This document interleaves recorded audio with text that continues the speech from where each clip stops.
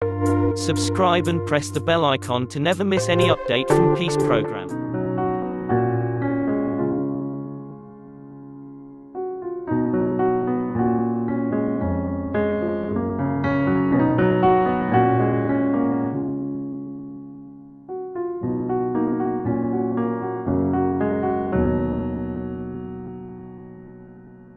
Do you know who discovered battery cell? Benjamin Franklin, Alessandro Volta, or Michael Faraday? What if we say you are absolutely wrong?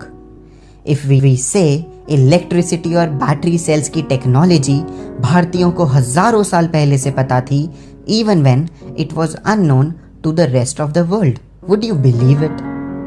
Before we unravel the mystery, हम आपको modern जमाने के Daniel cell की याद करा दें, जिसका आविष्कार जॉन फ्रेडरिक डैनियल ने 1836 में किया था, which is also known as porous pot cell. And do you know, जब इस डैनियल सेल का आविष्कार हुआ तो वेस्टर्न वर्ल्ड ने कॉलर ऊंचे करके कहा था a big round of applause, and पूरी दुनिया ने तालियां बजाई थी. पर इसमें नया क्या था? इट्स लाइक हमारे भारत की अगस्त्य संहिता रूपी रिसर्च पेपर्स डैनियल साहब के हाथ लग गए. जी हाँ, युगों पूर्व अप्रॉक्सीमेटली 6000 ईयर्स अगो भारत के एक सुपर साइंटिस्ट ऋषि अगस्त्य ने अपनी संहिता में सेल निर्माण की एग्जैक्ट सेम टेक्निक दर्ज कर दी थी. अगस्त्य संहिता में लिखा है, एक मिट्टी का पात्र लें, उसमें ताम्र पट्टिका अर्थात तांबे की पत्ती डाल दें, फिर उसमें शिखी ग्रीवा डालें, इसके बाद उसी मटके में गीली काष्ठ पांसु अर्थात गीली लकड़ी के बुरादे की एक परत चढ़ा दें. इस परत के ऊपर पारा यानी मर्करी और दस्तलोष्ट यानी जिंक डाल दें. यह सब करने के बाद आप जब तारों को जोड़ेंगे तो उससे मित्रा वरुण शक्ति यानी इलेक्ट्रिसिटी उत्पन्न होगी. इन 1927 नागपुर के इंजीनियरिंग डिपार्टमेंट के प्रोफेसर पीपी होले ने बिल्कुल इन मंत्रों के अकॉर्डिंग ही एक एक्सपेरिमेंट कंडक्ट किया. बट यहाँ उनके सामने एक कंफ्यूजन आ गई. They collected all the materials that were mentioned in the mantras, but वो शिखी ग्रीवा का अर्थ नहीं समझ पाए. संस्कृत के शब्दकोश में ढूंढने का बहुत ट्राई किया, तब शिखी ग्रीवा का शाब्दिक अर्थ निकला मोर की गर्दन.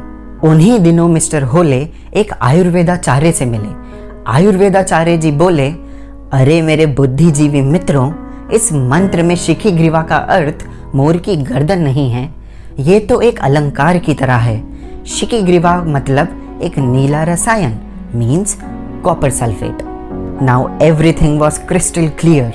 अब ठीक संहिता में दर्ज मंत्र के अकॉर्डिंग ही पूरा सेटअप एज इट इज बनाया गया. उसे डिजिटल मल्टीमीटर द्वारा जांचा गया. Results were astonishing. वो सेटअप एक पूरा एक्टिव सेल था, ऐसा कारगर सेल जिसका ओपन वोल्टेज सर्किट 1.38 था and short circuit current was 23 milli amperes. सच में महान थे हमारे वैदिक काल के सुपर साइंटिस्ट ऋषि मुनि. वैदिक ग्रंथों से यह पता चलता है कि वैदिक काल में इलेक्ट्रिसिटी एक ऐसा विषय था जिस पर detailed research inventions and experiments होते थे. Today we all need to think, क्या कमाल की थी हमारी वैदिक सभ्यता, जो स्पिरिचुअली अवेकन भी थे और साइंटिफिकली इंटेलेक्चुअल भी. What a great combination of wisdom and wings, heart and head, science and spirituality.